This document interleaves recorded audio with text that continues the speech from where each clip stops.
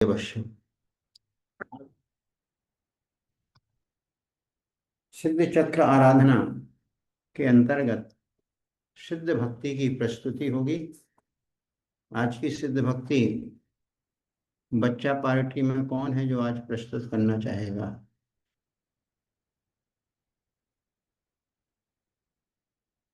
चलो, भुवि भव्या।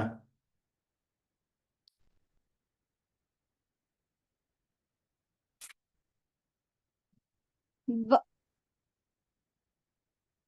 वंदना भैया जी। चलो, सिद्ध भक्ति बोलोगी?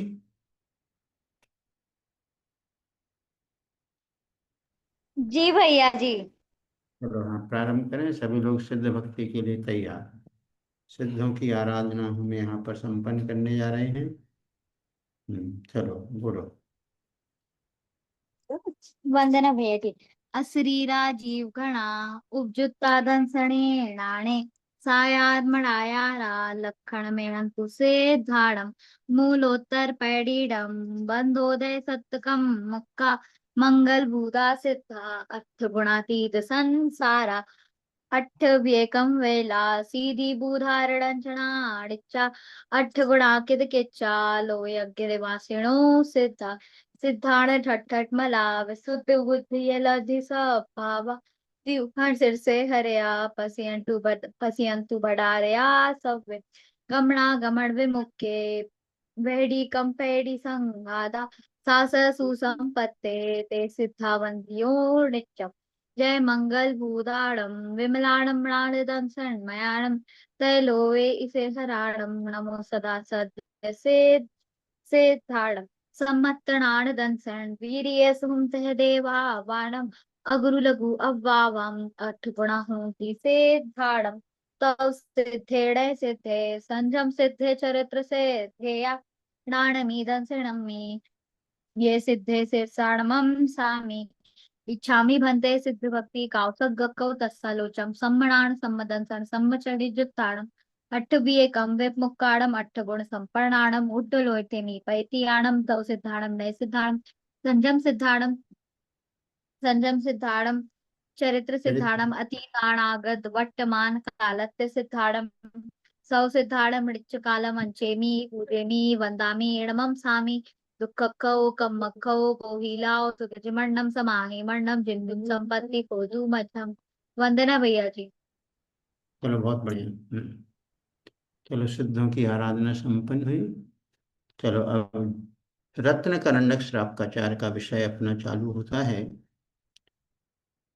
उसके पूर्व आज अष्टानिका पर्व का द्वितीय दिवस है। अष्टानिका पर्व का हमारे यहाँ पर बड़ा महत्व है।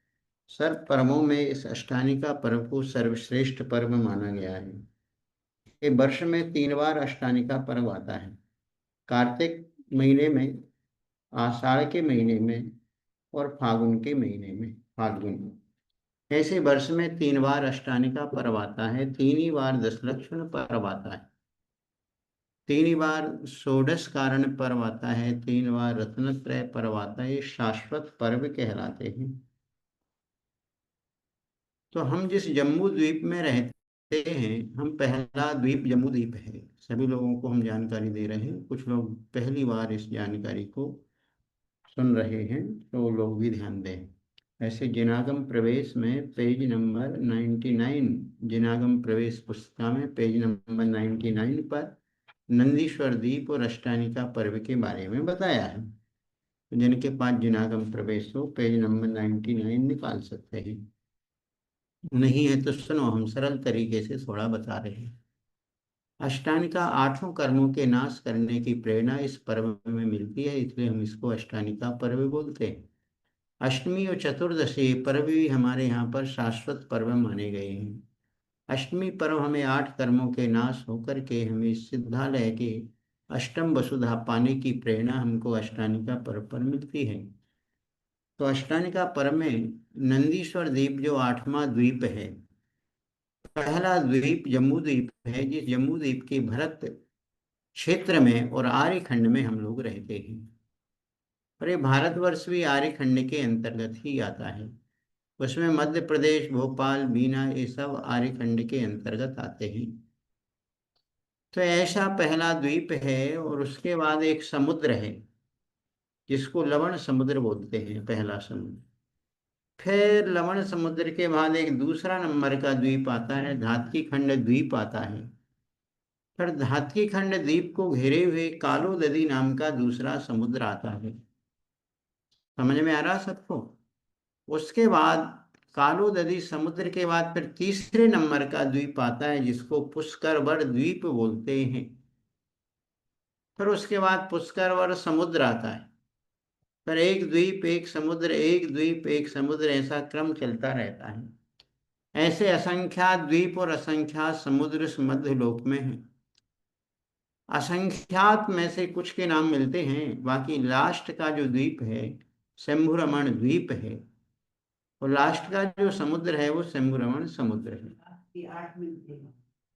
हाँ, तो यहाँ पर हम देखते हैं, तो ये 8वां द्वीप नंदीश्वर द्वीप है। जैसा जम्मू द्वीप है वैसे 8वें नंबर का नंदीश्वर द्वीप है। जम्मू द्वीप नाम के असंख्यात द्वीप, एक एक के नाम के असंख्यात। नंदीश्वर द्वीप भी ऐसे असंख्यात हैं, लेकिन हम 8वां द्वीप जो नंदीश्वर द्वीप है उसकी चर्चा कर रहे हैं। आप लोग को समझ में आए तो आप पूजन भी पढ़ना कल, जो लोग नहीं करते हैं। नंदीश्वर द्वीप की पूजन की जाती, उसकी जयमाला में भी उसका वर्णन अच्छे से किया। इसका विस्तार 163 करोड़ 84 लाख योजन है। विस्तार मतलब इसका फैलाव। जैसे जम्मूद्वीप का विस्तार 1 लाख योजन का है, ऐसे 8वें द्वीप तक जब पहुंचे हुए 163 करोड़ 84 लाख योजन विस्तार हो जाता। क्योंकि एक द्वीप से एक समुद्र का दूना, समुद्र से फिर द्वीप का दूना, ऐसे दूना दूना करते करते 163 करोड़ 84 लाख योजन ये 8वें द्वीप नंदीश्वर द्वीप का विस्तार है। अब इस नंदीश्वर द्वीप में 52 जिनालय हैं, 52 जिनालय। जिनालय मतलब जिन मंदिर। और वो जिनालय ऐसे नहीं है बहुत बड़े बड़े पर्वतों के ऊपर वो जिनालय बने हुए, योजनों में फैले हुए। तो एक दिशा में 13 जिनालय हैं, 13 ही पर्वत हैं। ऐसे चारों दिशाओं में लगाते हैं तो फिर 52 हो जाते। पहले एक दिशा के अपन समझ लेते हैं, फिर चारों दिशाओं को अपन गुणित कर देंगे तो 52 निकल जाएंगे। जब हम जम्मू द्वीप के, हाँ, हम पूर्व दिशा में लेते हैं तो सबसे पहले एक अंजनगिरी नाम का पर्वत है। पहले पर्वत का नाम क्या है? अंजनगिरी। गिरी का अर्थ होता है पर्वत, अंजन का अर्थ होता है जो आंखों में लगाने वाला जो अंजन होता है, सुरमा जो होता है वो कृष्ण वर्ण का होता है, काला होता है। इसलिए कृष्ण वर्ण का पर्वत होने से इसको अंजनगिरी बोलते हैं। अंजन का अर्थ है काला, गिरी यानी पर्वत, कृष्ण वर्ण का है इसलिए इसको अंजनगिरी बोलते हैं। तो चारों दिशाओं में एक एक अंजनगिरी है, और ये 84,000 योजन विस्तार वाला है एक एक अंजनगिरी।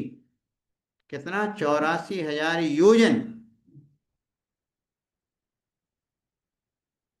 तो ये तो हो गया एक अंजनगिरी, पूर्व दिशा का अंजनगिरी हो गया। अपने दिमाग में एक फिल्म बना लो, पिक्चर। हम पूछ भी सकते हैं कि अंजनगिरी कितने हैं, अंजनगिरी नाम क्यों है। तो एक अंजनगिरी हो गया, और वो 84,000 योजन विस्तार वाला है। फिर एक अंजनगिरी को घेरे हुए 4 वापिकाएं हैं, चारों ओर 4 वापिकाएं हैं। पहले एक अंजनगिरी को घेरे हुए चारों दिशा की 4 वापिका हुई। अकेले अंजनगिरी को घेरे हुए 4 वापिकाएं, एक अंजनगिरी। ऐसे 4 अंजनगिरी की 16 वापिकाएं होती। तो अभी हम एक अंजनगिरी की वापिका लेते हैं। 4 वापिका मतलब बावड़ी। वापिका का अर्थ क्या होता है? बावड़ी। बावड़ी वो जल से भरी हुई है। उस बावड़ी के बीचों बीच का एक पर्वत है जिसका नाम है दधिमुख पर्वत। दधी यानी दही, दधी यानी दही। दही होता है श्वेत वर्ण का, सफेद होता है, वाइट होता है दही। तो ये पर्वत पूरा का पूरा वाइट कलर का है, इसलिए इसको दधिमुख पर्वत बोलते हैं। कहाँ है? बावड़ी के अंदर है। कहाँ की बावड़ी? अंजनगिरी को घेरे हुए चारों ओर चार चार वापिकाएं हैं। तो ये पहली वापिका को पहले अंजनगिरी को घेरी हुई चार वापिका ने चार बावड़ियां हैं। अब एक एक बावड़ी मतलब 1 लाख योजन वाली है। जितना बड़ा जम्बू द्वीप है, इतनी बड़ी अकेली एक बावड़ी है।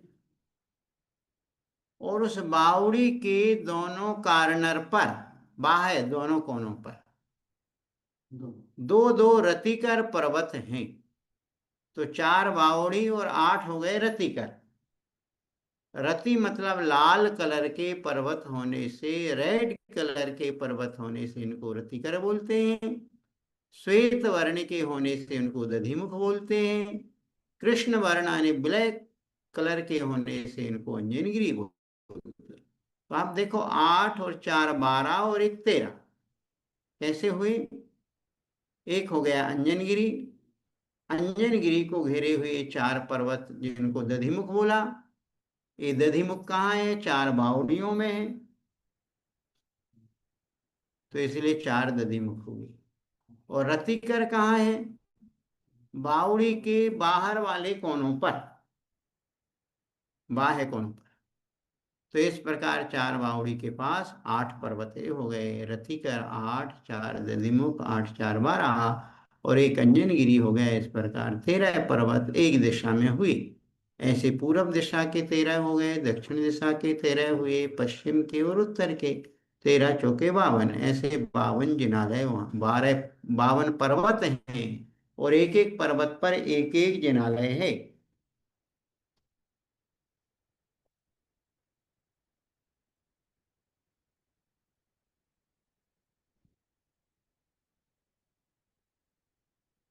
अब जो बावड़ी थी, बावड़ी में 10,000 योजन विस्तार वाला दधिमुख नाम का पर्वत, पर्वत का विस्तार भी बतला दिया कितना है। दधिमुख पर्वत का विस्तार है 10,000 योजन वाला दधिमुख नाम का पर्वत है। उसके बाद दो दो रतिकर पर्वत हैं। इस प्रकार ये 52 पर्वत होते हैं और एक एक पर्वत पर एक एक अकृत्रिम जिनालय बना है। ऐसे 52 जिनालय बने हैं। अब जिनालय है तो उसमें जिन मतलब जिनेंद्र भगवान की प्रतिमा भी है, इसलिए उसको जिनालय बोलते हैं। तो एक एक जिनालय में 108 प्रतिमाएं विराजमान हैं और बहुत बड़ी बड़ी। जब आप एक किसी जिनालय में देखते हो, बहुत बड़े भगवान को देखते हो, तो आपका मन प्रसन्न हो जाता है। ऐसे एक एक गर्भगृह में 108 एक एक जिनालय में 108 गर्भगृह हैं और एक एक गर्भगृह में 108 एक एक प्रतिमा है। मतलब ऐसे 52 जिनालय में 108 प्रतिमाएं हैं। ऐसे 5,616 प्रतिमाएं टोटल हैं नंदीश्वर द्वीप में। कितनी? 5,616। और एक एक प्रतिमा कितनी बड़ी है? 500 धनुष की अवगाहना। एक धनुष 4 हाथ का। ऐसे 500 धनुष की अवगाहना मतलब 2,000 हाथ, 3,000 फीट लगभग, लगभग 3,000 फीट की पद्मासन प्रतिमा। अब आप समझ लो, जब आप 52 गजा जाते हो, 52 गजा ऊन बड़वानी 52 गजा, तो वहां पर कितनी बड़ी प्रतिमा है आदिनाथ भगवान की? 52 गज की, इसलिए इसको 52 गजा बोलते हैं। गज है।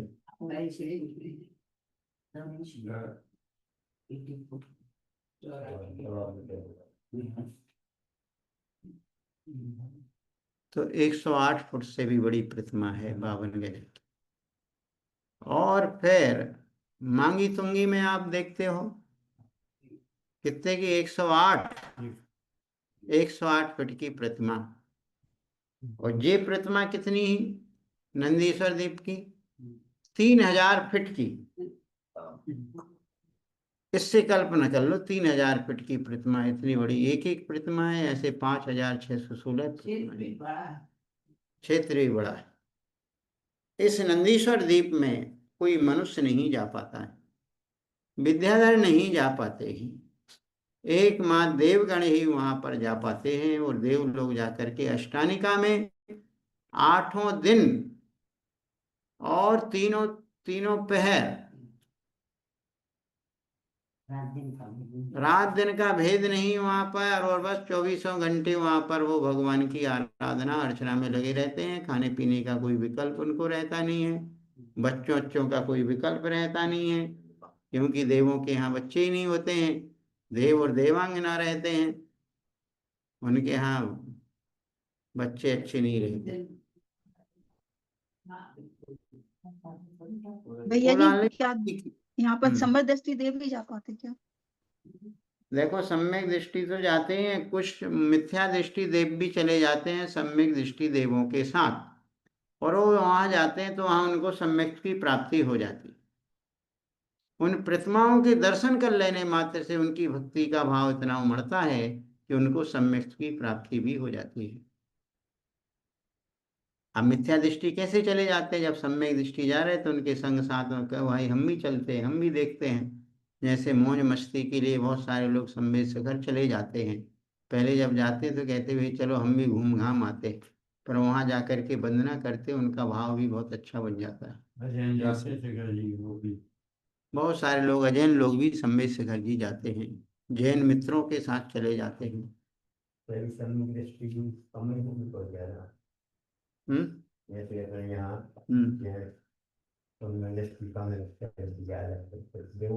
देवों में सम्यक दृष्टि ज्यादा। हाँ, सम्यक। इस प्रकार आज हमने नंदीश्वर देव के बारे में कुछ थोड़ा सा बता दिया, एक आध बार और बता देंगे तो आप लोगों को समझ में आएगा। चलो, अब अपन रत्न कंडक श्राप का चाल लेते हैं।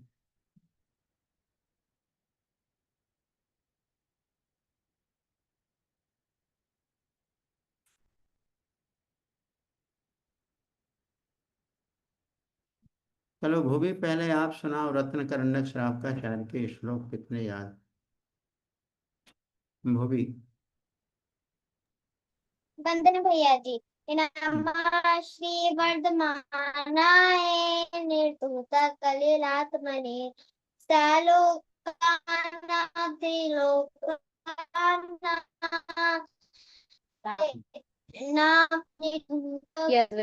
विद्या दर्पणायते प्रेषयामि समीचीनं धर्मं कर्मभिन्नम् निर्भरम संसार दुख उसको सही सुधारो। अरे वो भी सुनो पहले, निर्वर नहीं बोलना, निवरहणम बोलना है, निवरहणम। निर्भरम संसार दुखता सतवान यो धर्म युक्त में सुखे यो धरत उत्तर। वंदना भैया जी। बस बहुत जल्दी तो वंदना हो जाती तुम्हारी, 2 ही पल की।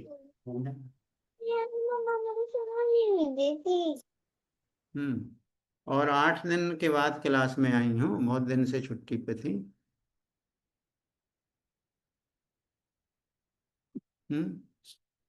बहुत व्यस्तता चल रही थी भैया क्या? जी, मम्मा को नहीं भी नहीं की। अरे तो तुम्हें तो करना चाहिए। और तुम और दीदी को तो करना चाहिए क्लास। भैया जी, हाँ भैया जी, फिर हम भी छुट्टी मार लेते हाँ, छुट्टी मार लो। फिर हम फिर 9 बजे से बैठते थे, तो फिर हम 8 बजे से पढ़ने बैठते हैं। और छुट्टी नहीं मारा करो ज्यादा।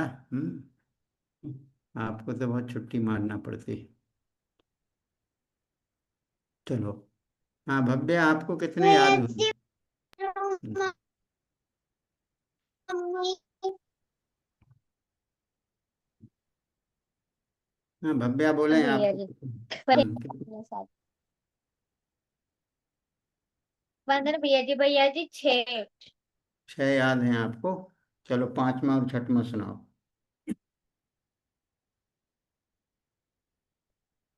वंदना जी भैया, वंदना भैया जी।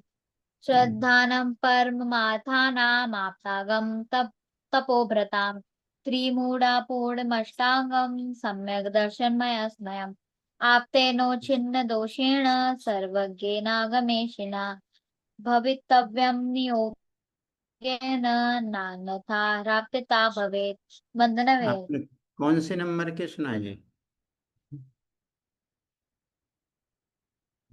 बोलो, कौन कौन से नंबर के सुनाए? चौथा और पांचवा। हमने बोला था पांचवा छठवां सुनाना, ध्यान से सुना जी भैया करो। जी, मैंने गलती से सुना ली है।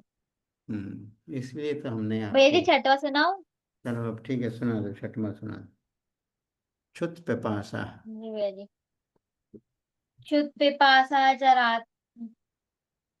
जरातंक जन्मासु जन्मांतक भयस्मया सप्रकीर्ते। क्या वंदना भैया जी। बोलना? न राग द्वेष मोहाश्च नहीं बोलना।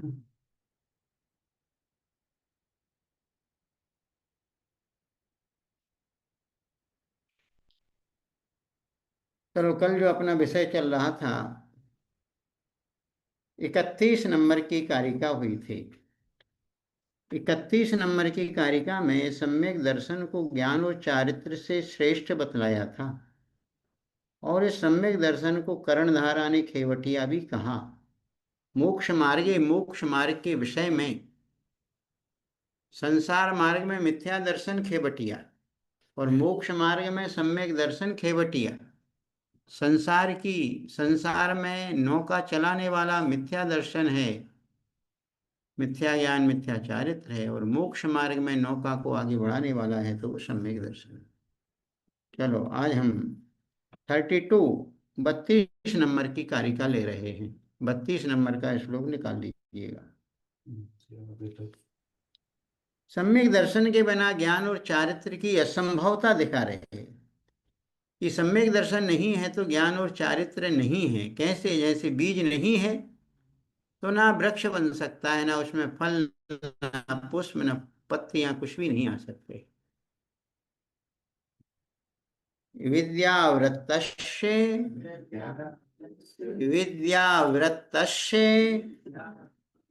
संभूति स्थिति वृद्धि फलोदया, स्थिति वृद्धि फलोदया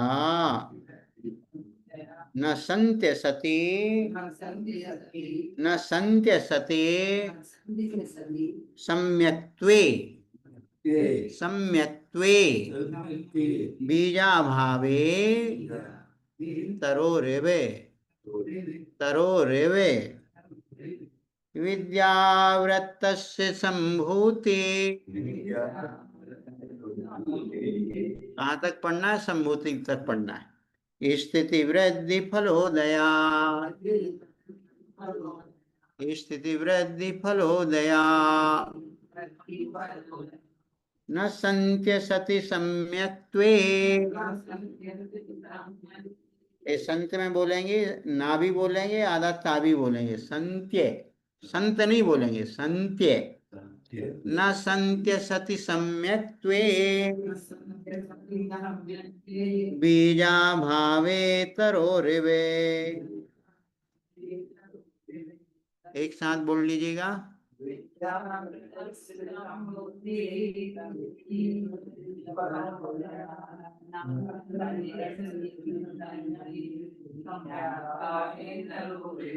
सभी को पढ़ने में आ रहा होगा। देखो, अब यहाँ पर बतला रहे, इसका पहले संधि विच्छेद करेंगे। विद्या और वृत्तस्य, विद्या यानी ज्ञान, वृत्त यानी चारित्र, ज्ञान और चारित्र की। संभूति का अर्थ है उत्पत्ति। भूति जन्म को बोलते हैं, और संभूति यानी अच्छी तरह से उत्पत्ति को संभूति शब्द बोला जाता है।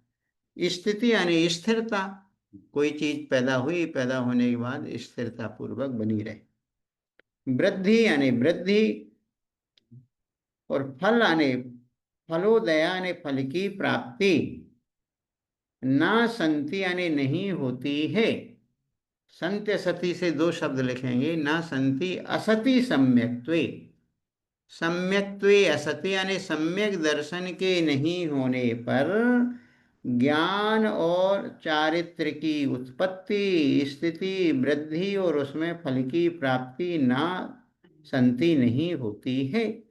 उदाहरण दिया है, एव यानी जिस तरह बीज अभावे तरो इव, बीज के अभाव में तरो यानी वृक्ष की ना उत्पत्ति होती है, ना उसकी स्थिति होती है, ना उसकी वृद्धि होती है, ना उसमें फलों की प्राप्ति होती है। क्या उदाहरण दिया? जिस प्रकार बीज के बिना, आपके पास बीज ही नहीं है, तो जब आप बीज जमीन में लगाओगे नहीं तो उसकी उत्पत्ति कैसे होगी? जब उत्पत्ति नहीं होगी तो उसमें स्थिरता भी नहीं होगी, फिर उसमें वृद्धि भी नहीं होगी। जब फसल ही पैदा नहीं होगी तो उसमें अनाज कहाँ से आएगा? उसी प्रकार ये सम्यक दर्शन एक बीज के स्थान पर है और ज्ञान और चारित्र उसके फल वृक्ष आदि के स्थान पर हैं। तो यहाँ पर बतलाया जा रहा है, सम्यक दर्शन की महिमा को उत्कृष्ट बताया जा रहा। क्या बतलाया जा रहा है? कि सम्यक दर्शन के अभाव में ज्ञान और चारित्र की ना उत्पत्ति होती है, ना उसमें स्थिति बनती है, ना वृद्धि होती है, ना फलोदय यानी फल की प्राप्ति भी नहीं होती है। जिस प्रकार बीज के अभाव में वृक्ष की उत्पत्ति आदि नहीं होती है। इसलिए हमको मोक्ष मार्ग के विषय में सम्यक को प्राथमिकता से स्वीकार करना चाहिए और उसका पालन करना चाहिए।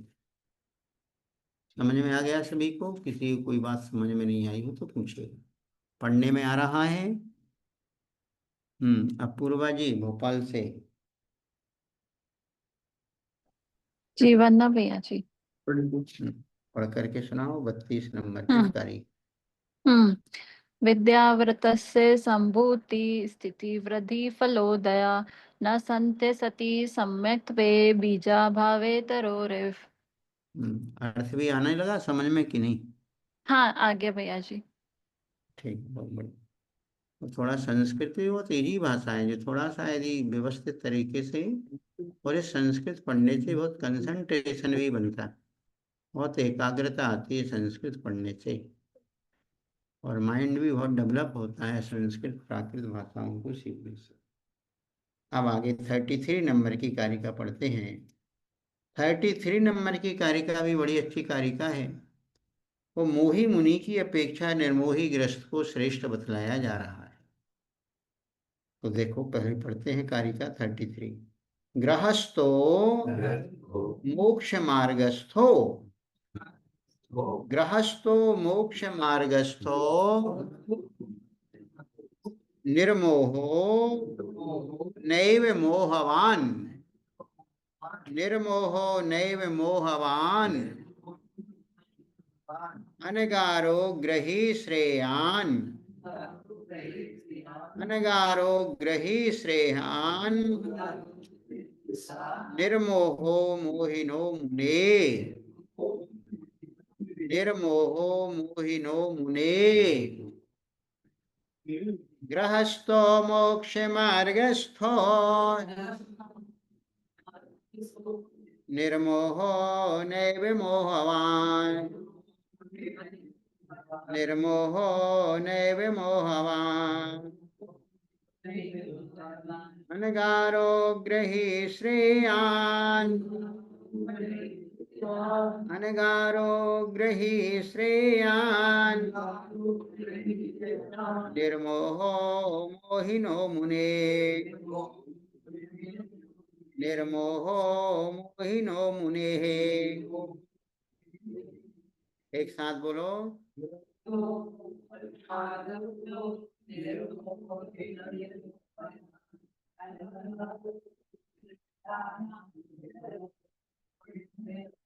देखिए कारिका भी बड़ी जबरदस्त कारिका है।